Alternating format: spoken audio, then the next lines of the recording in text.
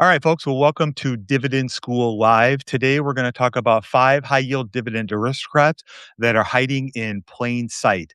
So, these are 5 aristocrats that the market has left behind. These are all higher yielding companies. They are not the ultimate in high yield, but they are doing very, very well. The market is pricing in negative growth for 4 out of these 5 companies. And so, that's why I feel like these are a great opportunity to find some great companies to invest in. So, without any further ado, the first one is going to be Realty Income, ticker symbol O. So, this is a monthly dividend company. The company has a yield near 5% right now. It has a 32-year streak of raises. The safety score, as you can see, is a 4.3 out of 5. So the payout is very comfortably covered. One thing to keep in mind is we want to watch the debt load of this company a little closer than the dividend, and I'll explain all of that why. A little teaching moment here. REITs pay out most of their cash flow by law, and so we need to judge them by a term called AFFO, or adjusted funds from operations, as opposed to earnings per share. So if you're newer to REITs and this is something you're like, I don't understand this language, you can check out my blog at dividend.school and search for REITs. And I've written about them several times, and you can kind of get a good breakdown of those. So, if we kind of talk about looking at the valuation of the company, Wall Street has kind of soured on retail REITs recently, and they have been kind of left in the dust. Right now, the company is trading around $65 a share. I estimated that the fair value is around $78 to $79 a share. Right now, the market, if we look at a reverse DCF, which is one of my favorite ways to value companies, especially REITs, you will see that the company right now is pricing in a negative 1% free or adjusted funds from operations growth, which I think is a little bit pessimistic. The company is, let's kind of talk about this. So, one of the growth levers for Realty Income is data centers. And this is something that not a lot of people are talking about. Uh, Realty Income is best known for retail, in particular, companies, businesses like 7-Eleven, Walgreens, Dollar General. Those are some of their top clients or customers that they serve. And so, one of the things that they're starting to do is branch out into data center REITs. And we'll talk about that here in just a second. So, here's why I think this company offers a great opportunity. The occupancy rate is 98.9%, so it's awesome. The AFFO is up 6.6%, and the company has raised the guidance. They're paying monthly, so they've had 673 straight payments. They're one of the, I think there's like 50 or 60 different dividend payers that pay monthly, and Income Realty is probably one of the top ones. They're building a $6 billion data center venture with AI and cloud tenants. So they are working with some of the hyperscalers, including Meta, Microsoft, and Google, to build out data centers. They've also partnered with Digital Realty, which is one of the leading REITs that manages and operates data centers. And they've also started a $6 billion equity fund to help generate funds to start building data centers in Northern Virginia. A lot of this stuff is centered in Northern Virginia. And so these are there's kind of three anchors to that whole AI thing that they're kind of building out. And it's a little bit of a black box because their equity stakes in all these are not 100%. Some are 40%, some are 90%.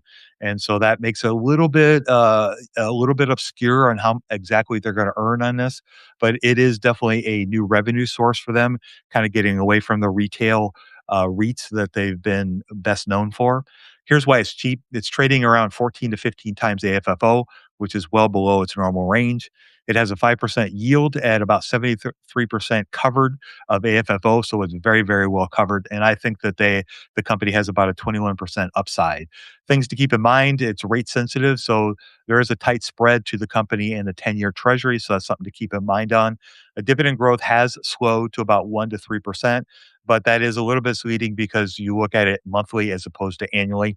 And then the retail tenant bankruptcy is something to also keep in mind, especially with the news out of New York, how they're going to rent control retail, or especially apartments and things of that nature. So those are things you definitely want to keep an eye on as you're kind of looking at the company. So definitely, in full disclosure, I do own Realty Income as part of my portfolio. All right, next company is Clorox. So Clorox is best known for its cleaning products, obviously bleach and its disinfecting wipes. Little known fact I learned during the World Cup is that ranch is extremely popular outside the United States. Who knew? And Clorox owns Hidden Valley Ranch. And so that is a huge bonus cat for them. So as we can see here by the card, the company has a very strong yield of a little over 5%. It has a dividend streak, consecutive dividend streak of 48 years. Actually, it's 49 now, I believe. They pay an annual dividend of $4.87.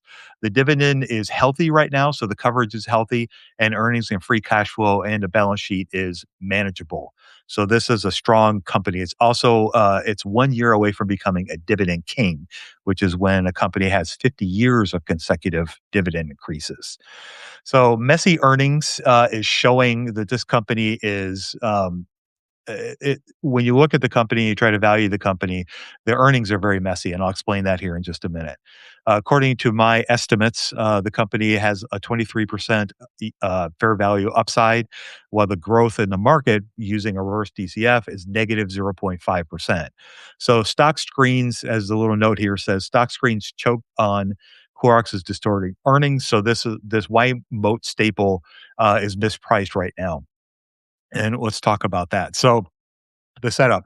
So the fiscal year 26 swamp is a one times ERP order timing reversal. It's about 90 cents of EPS. The gross margin was up 220 basis points or 2.2%. And the company is on track to have its 50th straight year of raises. So what is this ERP thing and why is the market kind of choking on this? So the ERP is an acronym for basically what they're doing is they're pulling out their operating system and replacing it with a new one. And as anybody knows that's ever dealt with this, I've done it in restaurants and whatnot. This is very, very, very expensive. It's also time consuming. It also disrupts operations of the business and it causes all kinds of problems. And so the easiest way to think about this is that if you're in a warehouse right now, prior to them ripping out the system, basically the way it worked was if you were in a warehouse and they sold about a Clorox, you had to write it down. And then the person would have to send that paper to the ordering desk, who would also write that down on a piece of paper. And then they would have to send that to company headquarters to order more Clorox to be produced. And so kind of on and on and up a chain. It was very inefficient and it took a lot of time and it was very clunky. And so they ripped all that out and put in a new system. All of that takes time. It's been a 2 or 3 year process now. They announced that they were going to do this well in advance. Everybody knew that this was going to be a hit to the company, but a lot of people that follow the company, that don't really follow the company, but they just look at the headline news. And if it bleeds, it leads. And so when earnings are yucky, then that, of course, is going to be the story behind a company like Clorox. And because of that, the market beats the company down when they don't really understand that the earnings miss is really related to something that they said they were going to do. They're doing what they said they're going to do. We're already starting to see recovery in margins and operating income. All those things are starting to perk up, and those things bode well for this company. Now, is this ever going to be a fast grower? No. Is this ever going to be Google, where they're seeing 82% revenue growth like they saw in the cloud this quarter? No, they're never going to be that. But for a company that's been paying a dividend for almost 50 years and is a staple, I think this is, an attractive business. So things to kind of keep in mind for the company. We want to look at the payout that's stretched right now because of what I just talked about. The last raise was not real big, and so that's also something to keep in mind as well. And the leverage is near decade highs, and again, that's also something to keep an eye on as well. None of these are deal breakers, but there are certainly things to keep an eye on when you look at any of the businesses. All right, so what's the next one? So before we skip on to that, if you are interested in any of the stuff that we're talking about, or you want to learn how to analyze businesses deeper and understand how to score a dividend safety so that you can make sure you're buying a great dividend that's going to continue to pay you a great dividend, check out dividend.school. And the tool that I'm using stocksimplifier.com. That's in beta right now, and we will have a live version of that probably in the next few weeks, and I'll let you know about that as we get going forward. All right, so let's move on to the next company. So we got McCormick. McCormick and Company, ticker symbol MKC. I have not talked about this business before. I have worked with them when I was in the restaurant business for many years. I've never owned the company. Pays a really nice yield of 3.47%. Their 5-year average is 2.1%. So that tells us that the market is beating this company down. The dividend safety is healthy at 3.3 out of 5. So this is a strong business. So, if you're not familiar with McCormick, they are one of the leading, if not the leading, spice maker. And so when you buy pepper or garlic salt or even cumin, any of those kinds of things, chances are you're a very good chance you're buying McCormick. Right now, according to my fair estimate values, the company is trading at a 26%, I guess, deficit to its fair value. The market right now is pricing this company to shrink by 0.5%. So let's talk about why I think this is a great company. So it is right now it's cheap, and it almost never is trading cheap. Usually the company trades in the mid 20s multiple. Today it's around 16 to 17 times forward earnings and free cash flow. So if we look at the company, it's a 40-year dividend aristocrat. They raised the dividend 6.7% last November. The gross margins are up 270 basis points or 2.7%.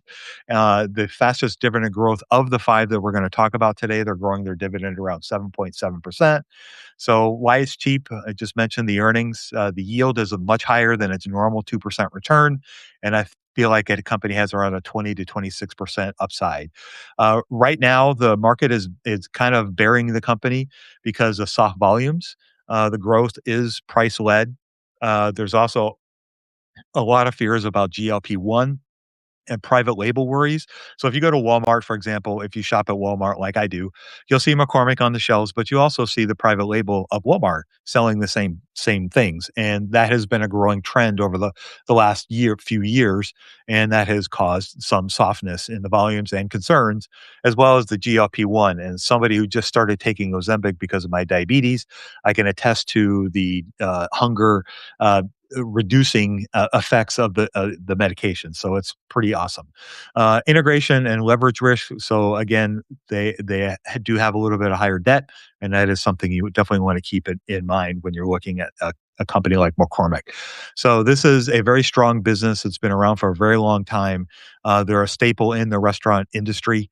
If you buy any spices to sell, this is the company you need to take a look at. And so this is a company I would encourage people to look at because of I think the potential attractive valuation and the strength of the business. But again, we always have to balance all the risks out. All right. So next company. So we got Medtronic. So this is a company that's now based out of Ireland. It used to be based out of Minneapolis, where I used to live. This is one of the companies that deals in the healthcare industry. They're a device as well as mostly a device company that does a great job of building out all these fantastic things that the medical industry can. It's trading at a yield of 3.45%. It has a 48-year streak, if I could read. The dividend safety is a 3.4 out of 5, so it's very healthy in that respect. A lot of people are considering this company a value trap, and so that's something to kind of keep in mind. It just posted its best revenue growth in 10 years, which is encouraging. Right now, I'm estimating that the fair value is it's pretty tight right now, even though the company has been beaten down. The market is pricing in a growth of 4.5% if we look at a reverse DCF. The company is re-rating right now based on three catalysts, which we'll talk about here in just a second, and it's paying a 3.5% dividend, which is a nice little yield. So why is the company? What's the story behind this? So they exhibited a 5.6% organic growth, so it's over best in a decade, and they're guiding for higher. They surgical robot. If you're not familiar with that, this is a growing trend in the medical industry, and the FDA just cleared and their their robot and is expanding. And one of the big risks, though, is Intuitive Surgical, who is probably the leader in this industry. Boston Scientific also plays in this field, as well as Johnson and Johnson. So there is a lot of competition in here, and so this is not going to be a clean, easy win for Medtronic, but it's good that they're getting into the game with this. And their PFA ablation is growing about 50%, and they also spun off one of their diabetes tools, and that's also freeing up some cash flow for the business as well. Right now, they're trading cheap. It's a 14% forward earnings multiple, so it's about half its historical multiple. 3.5 yield, the 50% adjusted EPS, which is awesome. Again, I'm estimating the fair value is pretty slim, so I would probably, I ideally would wait for a better price unless you really think like this is a really great opportunity to get into this company. So Medtronic is also a strong dividend payer, long-time dividend aristocrat, approaching dividend king status in the next 10 years. So definitely something to keep in mind. And of the companies we talked about today, it has the fastest organic growth. So that's something to watch for as well. So if you go to the next one, so this is the last company we're going to talk about today, and this is Brown-Forman. So the ticker symbol is BF.A. They also have BF.B. Brown-Forman, which is the company that owns Jack Daniels, is the liquor industry, and it has a messy safety score. It shows 2.1, which is not great. Again, I'm using Stock Simplifier, and the tool uses AI, and when it's reading the financials, it looks ugly when you look at the dividend, and we'll talk about that here in just a minute. And it's not that the dividend is bad; it looks like they're cutting the dividend a lot, and I'll explain that why. They have a 42-year streak of raising the dividend, and the company also is experiencing some softness in the liquor sales. So when you look at the fair value, I feel like this company has a very, very strong upside. The company has I believe, a 40% gap between the current price and what I believe is a fair value for the company. It's family run.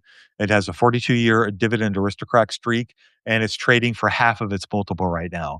The market right now is estimating that the company is trading to grow at negative 3.5% over the next 10 years, which I feel like is a little bit overblown. Uh, to me, the bad news is already known about this company. GLP and liquor has been a headline for several years now, and this is not news. And the free cash flow of the company almost doubled in the last year, so that's awesome stuff. So the company has been around since 1870. It has a very wide moat, and it's trading at half of its multiple. So story. Jack Daniels and Woodford, two of the top selling whiskeys in the world, family owned and controlled since 1870. Free cash flow nearly doubled to 893 billion, 893 million. Sorry, can't read. Gross margin is 60.5% and rising. And the company is buying stock back through the downturn, which is an awesome, awesome thing to see. And side note, capital allocation is job number one for all CEOs, and buying back stock when the stock price is actually depressed is even doubly more beneficial for us as shareholders as the company turns things around and starts to improve. Then and that's really more related to the stock price as opposed to operations. Then those shares that they've reduced of are basically our pie. Our share of the pie is bigger now, and that just makes them more valuable. So you tack that on with the dividend growth, and those things are all bonuses for this company. Right now, the company is trading at about 15 to 17 time multiple compared to its historical 30 times, so almost half. They have a 3.4% yield, which is a decade high, and I estimate based on my free cash flow and reverse DCF that they have about a 40% upside. Why this is something to watch and why the market is beating it down. Spirits are down. There's just no easy way to spin that. The consumption of alcohol across the board has been down from the beer industry to the liquor industry to the wine industry across the board. I worked in the restaurant business / wine industry for 20 some years, and this is the lowest it's been in all of my time being exposed to that. And some of it is GLP-1, certainly. Some of it is behavioral, and some of it is just cultural. They're just people are choosing not to drink or not drink as much as they used to. And so those are things that are certainly impacting it. And do I expect that to turn around? I can't say. I can't. My crystal ball will not tell me whether this is going to be a hard turnaround or if this is going something that might take a little longer. Tequila and core Jack Daniels are soft, so those are I guess categories that have been struggling. Again, beer and wine facing the same thing. Brown-Forman has also been I guess double whammied, if you will. So you got the GLP scares, you got the cultural shift in alcohol consumption, and then you have the whole tariff trade war thing going on, and that has been a disaster for the industry as well. I have a really good friend who's in the wine trade, and he imports a lot of wine from Italy in particular, and so he has had a devil of a time dealing with the ups and downs of the currencies changing. So buying compared to euros, and then the tariffs being added, not added, the trade wars going on. All those things have caused lots of chaos in his business, and so you multiply that by the scale of Brown Forman, and that certainly has an impact on that. So this is certainly a cause for concern. The Let's talk about the safety score. So the safety score comes the 2.1 really comes from a data quirk. So the company periodically over the last 10 years has 3 times over the last 10 years has paid a special dividend. And so based out of their operations of cash flow, they give their shareholders an extra bonus, if you will. Because of that, it shows sometimes when you look at stock screeners and things of that nature that their dividends are air quote being cut. And they're actually not being cut. It's just what happens is they're just giving you extra bonuses. If you look at Costco's dividend payouts, you see the exact same trend. And so when you look at any sort of stock screeners and the tool that we have here, you're going to see anomalies. And so the 2021 special dividend, it showed the company cutting the dividend the next year when they actually didn't. If you strip out the dividend, the company was still paying a growing dividend. So the regular dividend, not the special dividend, has risen 42 years, and the free cash flow covers it about twice over. So, very, very well covered company, very, very safe dividend. So, I feel like this is a really good opportunity with the company being beaten down. Even if from here, if it only grows 10%, that's still a great return with the dividend yield that you get with the company, and it's a very safe dividend as well. So that to me, that's what makes this company attractive. So kind of where we stand, like if we look at the overall, basket of the companies that we talked about today, Brown Forman, I feel like is probably the best opportunity, which you combine the yield, the dividend safety, the fair value upside, and the growth that's priced in by the market. I feel like Brown Forman it could be the best opportunity. McCormick would be next. Clorox would be third. Realty Income would be fourth, and Medtronic would be last. Now, these, of course, are all based on estimates. The dividend safety is not. Those are numbers. You can safely look at those. You can easily tell whether these are safe or not safe. The fair value prices, those are estimates, and those are things that I estimate on my own. I use a combination of price to free cash flow where appropriate or others for REITs. I use a regular discounted cash flow model or a DCF as well as a reverse DCF, and I kind of look at those and I will adjust companies based on where they are. I try to use a steady terminal growth rate of 3.5%, and then the discount rate will adjust based on the WACC or the discount rate for each company, and then that's kind of how I estimate the fair value. Again, those are estimates. They are not infinite in stone, so always take those with a grain of salt. It also illustrates how much you need to know about the business. If you just look at the earnings of Clorox, for example, and you don't really understand the business and why the earnings look so ugly, which correlates to the free cash flow, then you might miss out a potential opportunity. And that's why understanding the business is so critically important. part of dividend investing, and I don't feel like it's enough upside or conversation. And so that's why I try to spend a lot of time understanding the businesses, reading through the financials, and trying my best to get a handle on what's going on with the company while I'm also assessing the dividend and the safety of the company. So that is a kind of a wrap up of today. And so kind of the setup hiding in plain sight. The 4 out of 5, the market's reverse DCF is hiding it's the pricing in negative growth, and I think that's too pessimistic for me. And I feel like 4 out of these 5 companies are trading at a fair value, less they're trading for less than their fair value and could be potential great opportunities. Again, I do own Income Realty, and I'm thinking about adding Brown-Forman, but I will let you know that in the future. So with that, we'll go ahead and wrap up the presentation portion of today. And I hope you enjoyed this, and I'll see you next time.